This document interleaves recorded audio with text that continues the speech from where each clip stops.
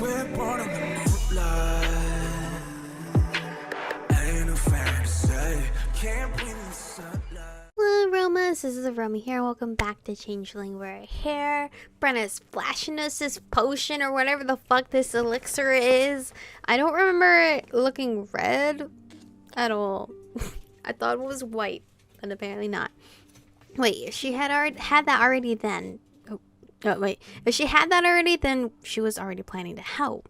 Why'd I have to get slapped then? And that is, you wanted a way to break the contract. What do I do with it? You drink it, fool.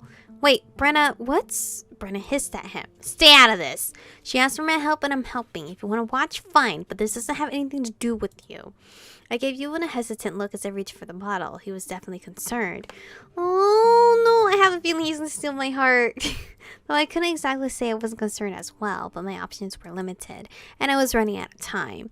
Michiko, be careful. Fairies don't help anyone without conditions. That part sounded accurate. I lowered my hand. Then what are the conditions? Brenna just smiled innocently, holding her hands up. No strings are attached to this offer. Drinking this will free you from the contract. As you said, this already gives me what I want. If you're set free, that twit goes home in disgrace and the court loses their precious human child. But there is a catch, right? Her eyes narrowed slightly as that smile grew wider, and I knew I was going to like what she was about to say. Just one. This liquid will break the contract, but only in the right quantity. Here we go. And you're going to tell me what that is. Aren't you a clever little human? You get one chance. The right choice leads to freedom. The wrong choice, well, let's just say it'll be fun to find out just how much you're willing to risk to get your pathetic human life. Or human, whatever. Why? Why are fairies like this? Why can't you just give me the thing, let me drink, and that's that? Why do humans expect everything to come for free and exactly when they want? You're already getting away with a payment that benefits you as well. So why are you complaining? Because it's annoying. I cut myself off. Now when to get slapped a second time? I took a deep breath and reached for the bottle again, unsure what else to do. Ewan caught me by the wrist. Michiko, fairy draughts can kill. That made me pause. I wasn't sure I was ready to die for this, but would Brenna go that far? She'd already helped me twice. And what if I didn't do this? What if the others didn't find a way to help me in time? If I was lucky, I'd end up back in my body being used for breeding a fairy. Whatever that looked like. I don't want to imagine what that looks like, but okay. And if my soul ended up completely stuck in this body, what then? Could I risk rejecting this offer? Because I doubted she'd offer it to me again if I didn't accept it now. I'll do it. Because you know what? Fuck it. I didn't have time to play games or have self-doubt. I wasn't sure how wise it was to trust a fairy, much less Brenna. I mean, I would trust Ewan over Brenna any day. But I was going to believe that she wanted to help me this time too. Besides, making a choice wouldn't be as difficult as it seemed. It wouldn't be an arbitrary number.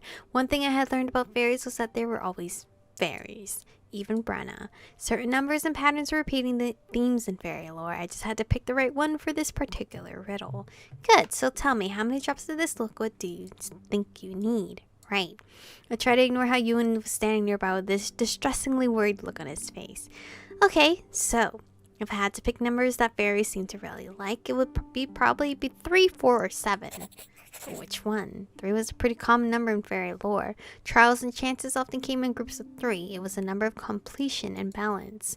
On the other hand, fairies had deep connections to the neutral world, and the number 4 was a recurring number there. 4 seasons, 4 directions, 4 elements, a number of protection and luck. And then 7, it was a sacred number, a number of perfection, the sum of 3 and 4. It could be any of them, but which one was most likely? Ah, fuck! I'm gonna die. I don't know, 3. I'm gravitating towards 3. If we die, it's okay. I have the magic future hands of rewinding time. That did not make sense. I'll take 3 drops. I hope I'm right. Brenna smiled. I really hope that was a good sign. Open up. Come on. You won't do it properly. Fine. I awkwardly opened my mouth and tipped my head back slightly. I feel stupid. Brenna held the vial over my head, and I felt the first bitter drop hit my tongue. 1 for sorrow. She did the next 2 in rapid succession as I tried to ignore her cryptic remarks. Or maybe it was a spell. 2 for strife. 3 for death. Oh, fuck! Did I just choose death? I chose death. The number 3 was popping to me though, bro. But it could be death to the fairy. I jerked my head back, fighting the urge to wipe the liquid off my tongue. What? Sorry, that was the wrong answer. Fuck. My vision blurred. I doubled over as painful, burning sensations spread through my body. Is it really? Is it really? Is it really? Michiko, Bretta, what did you do? I just gave her a choice. You were the one that said that fairy draughts can kill mortals. That's right. I forgot 3 could be a bad number as well. So can 7.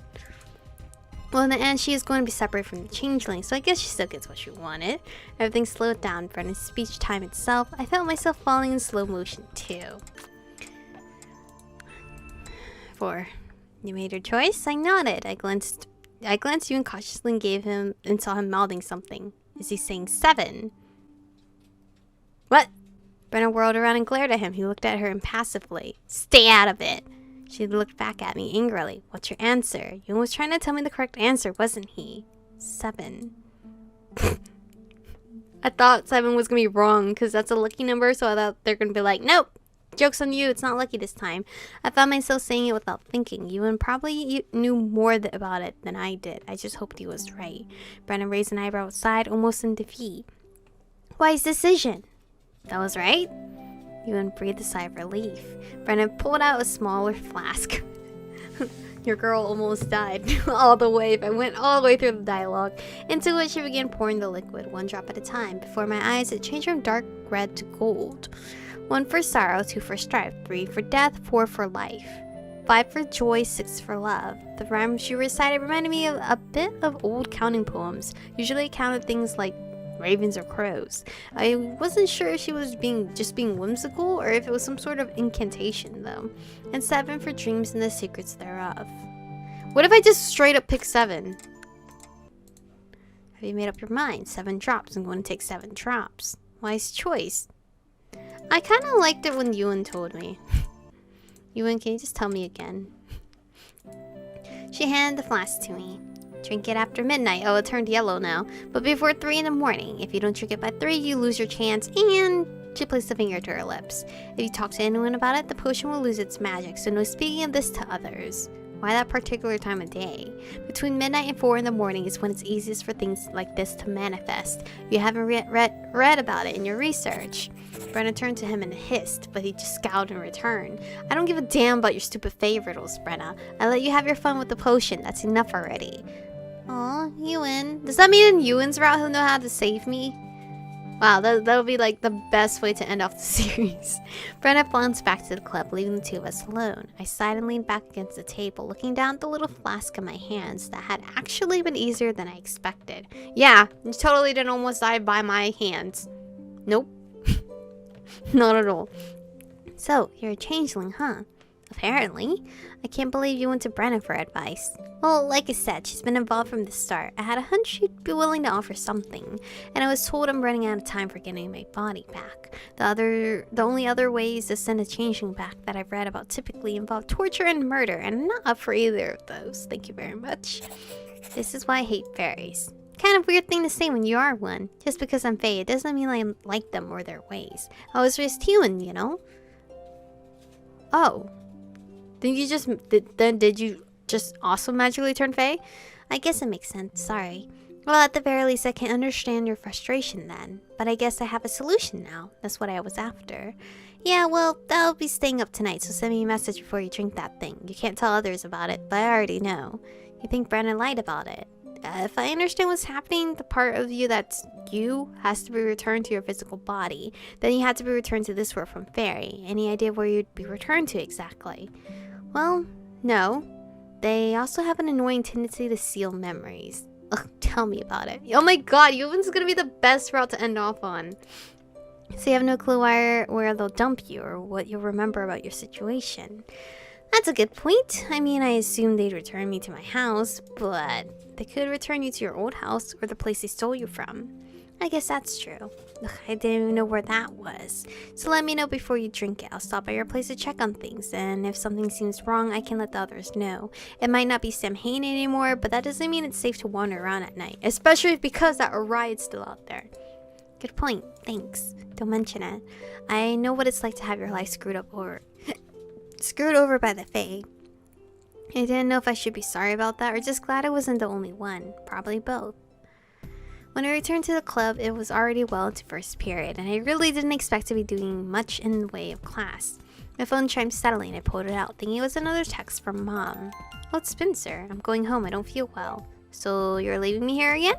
"Don't get all huffy. I'll come pick you up. Just call me when school is out. I might be asleep." "Yeah, right. Fine."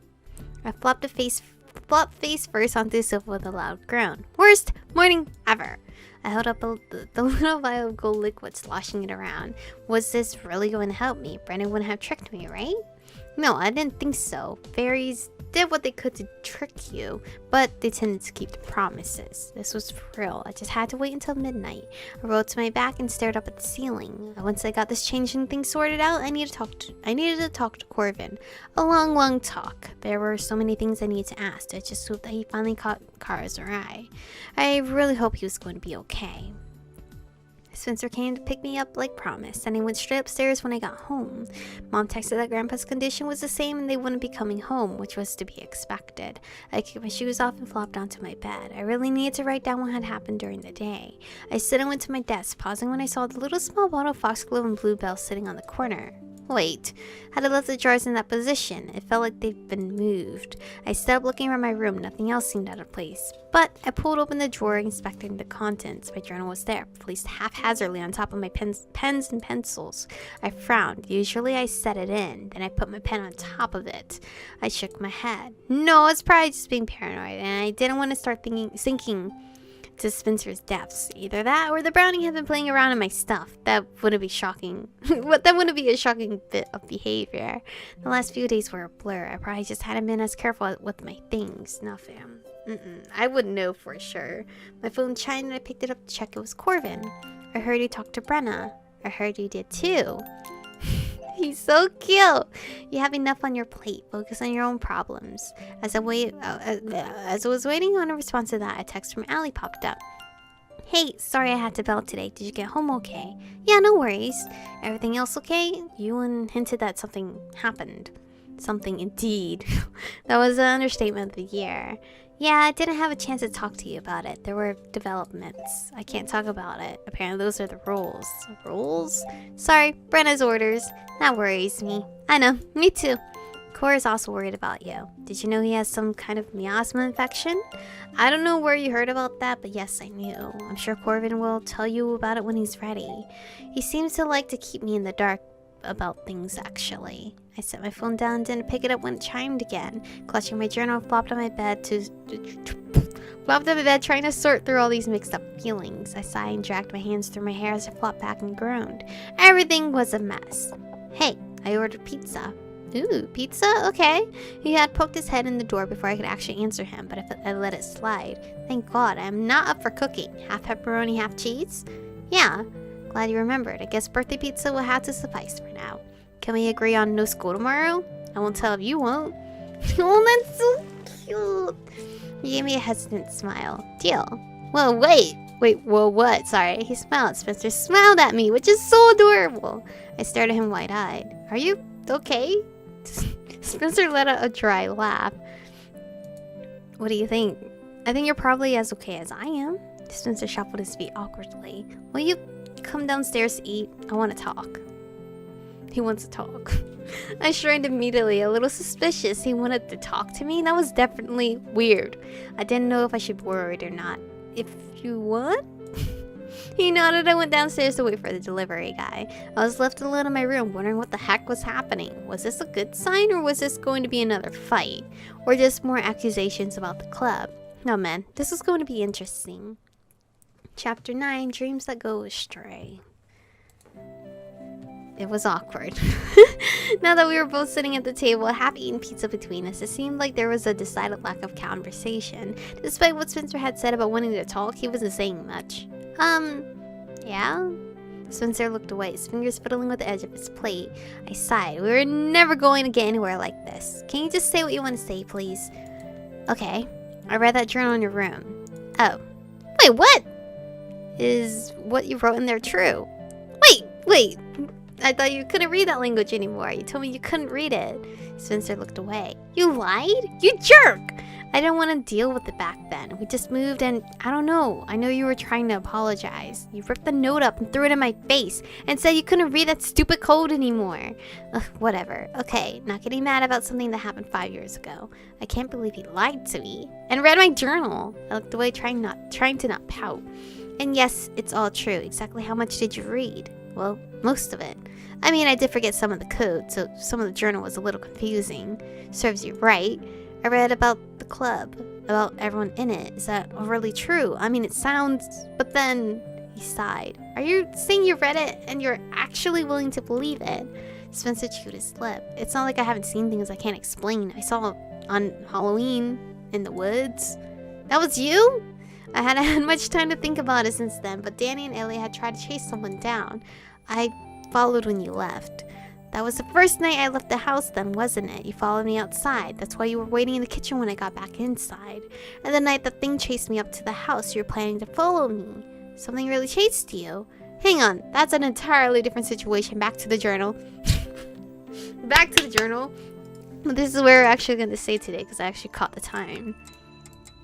This is real cute though. Like, they're not really like being angry at each other's throat. And it's their birthday. So on the birthday in this route, we're actually, I guess, talking to each other like siblings would. But anyway, thank you guys for watching today's episode. Stay beautiful, and I'll see you guys in the next one.